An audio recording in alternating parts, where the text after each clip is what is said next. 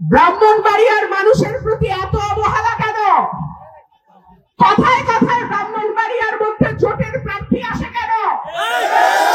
ব্রাহ্মণবাড়িয়ার উন্নয়ন হয় না কেন? আমরা কি ভোট দিতে কার্পণ্য করি? আমরা কি ভোটের বাক্স ভইরা দেই না? তাহলে কেন ব্রাহ্মণবাড়িয়ার প্রতি এই অবহেলা? এই অবহেলার সমুচিত জবাব আমার এলাকাবাসী দেবে ইনশাআল্লাহ। সরকারি দল বিরোধী দল আমি বুঝি না। আমার জীবনে রাজনীতি শুরুই হয়েছে বিরোধী দল থেকে, কিন্তু তাতে মানুষের কথা বলা, মানুষের জন্য কাজ করা আমার জন্য কোনো সমস্যা হয় না।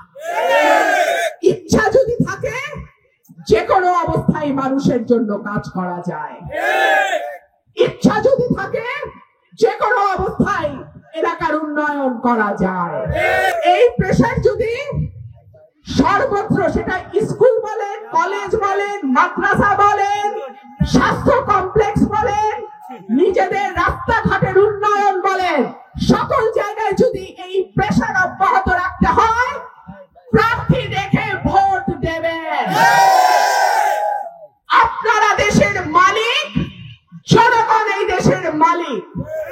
নিজের মালিকানা অন্যের কথায় আরেকজনের হাতে, ভুল মানুষের হাতে তুলে দেবেন না। আমার আগামী রাজনীতি নির্ধারিত হবে আপনাদের সিদ্ধান্ত অনুযায়ী। আপনারা যদি আমার পাশে থাকেন, আমার মৃত্যু পর্যন্ত এই এলাকাই হবে আমার শেষ ঠিকানা। আরেকটা কথা বলি, অনেকেই হয়তো আপনাদেরকে বলবে ওনাকে এই দেয়া হবে, সেই দেয়া হবে। আমি আমার এই দুই এলাকার মানুষের ভালোবাসা, সমর্থন, ভোট ছাড়া আমি কারো কিছু আর চাই না। আপনারা আমার সঙ্গে আছেন? আপনারা আমার পাশে থাকবেন? আপনারা এই এলাকার অধিকার রক্ষায় আমার হাতকে শক্তিশালী করবেন? এই এলাকার রাস্তাঘাট, স্কুল, কলেজ, মাদ্রাসা, স্বাস্থ্য কেন্দ্র, সকল কিছুর উন্নয়নে আপনারা আমার সহযোগী হবেন? ইনশাআল্লাহ দেখা হবে আপনাদের সঙ্গে আবার। আমি আপনাদের মাটির সন্তান ছিলাম, আমি আপনাদের মাটির সন্তান আছি, আমি আপনাদের সন্তান, আপনাদের সঙ্গেই থাকবো জীবনে এবং মরণে। সরাই রাসুগঞ্জের মাটি আর কেউ নিতে পারে নাই। সরাই রাসুগঞ্জের মাটি ছিল ধানের শীষের মাটি। সরাই রাসুগঞ্জের মাটি ছিল দেশনেত্রী বেগম খালেদা জিয়ার ঘাঁটি। সরাই রাসুগঞ্জের মাটি ছিল জনাব তারেক রহমানের ঘাঁটি। এইবার আবার নির্বাচন এসছে। সরাই রাসুগঞ্জের মানুষ ধানের শীষের বাইরে আর কিছু বোঝে না। সেই কারণে বারবার বারবার যতবার বাংলাদেশে নির্বাচন হয়েছে, বিএনপির জন্মের পর থেকে ধানের শীষের বাইরে আর কেউ এই আসন নিতে পারে নাই। তবে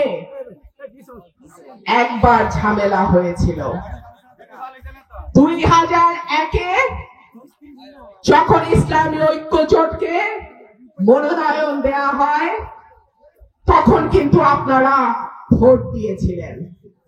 কিন্তু 2008-এ যখন আবারও ইসলামী ঐক্য জোটকে নবমনোনয়ন দেয়া হয়, তখন কিন্তু 1 থেকে 6-এর অভিজ্ঞতার পরে মানুষ আর 8 সালে জোটের প্রার্থীকে ভোট দেয় নাই। সেই যে এই আসল হাতছাড়া হলো, এরপরে 14 নির্বাচন বিএনপি অংশ নেয় নাই। 18 নির্বাচনে উকিল আব্দুল সাত্তার নির্বাচিত হইলেন বটে, কিন্তু তিনি তার শেষ জীবনে নৌকায় প্রার্থী হয়ে নৌকায় উঠে গেলেন।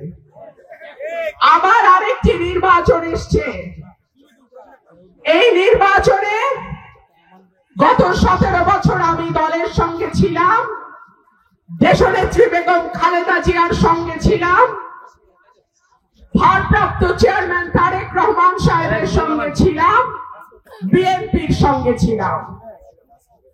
কিন্তু আমার এলাকার মানুষ তাদের শ্রম, ঘাম, ভালোবাসা, কষ্ট এই সব কিছু দিয়ে আমাকে আপনাদের প্রিয় মানুষ করে তুলেছে। ঠিক না? ঠিক না? আমার নেতা কর্মীরা ঘরে ঘরে হেঁটে আমার কথা বলেছে। আমার নেতা কর্মীরা ইউনিয়নে ইউনিয়নে এই সমাবেশের আয়োজন করে আপনাদেরকে দাওয়াত দিয়েছে। সুতরাং আজকে যখন আমার মনোনয়নে ঘোষণা স্থগিত থাকে, তখন আমার নেতাকর্মী, আমার এলাকার ভোটার, আমার এলাকার সাধারণ মানুষ, তাদের কথা, তাদের প্রাণের দাবি, সেটা আমাকে শুনতে হবে।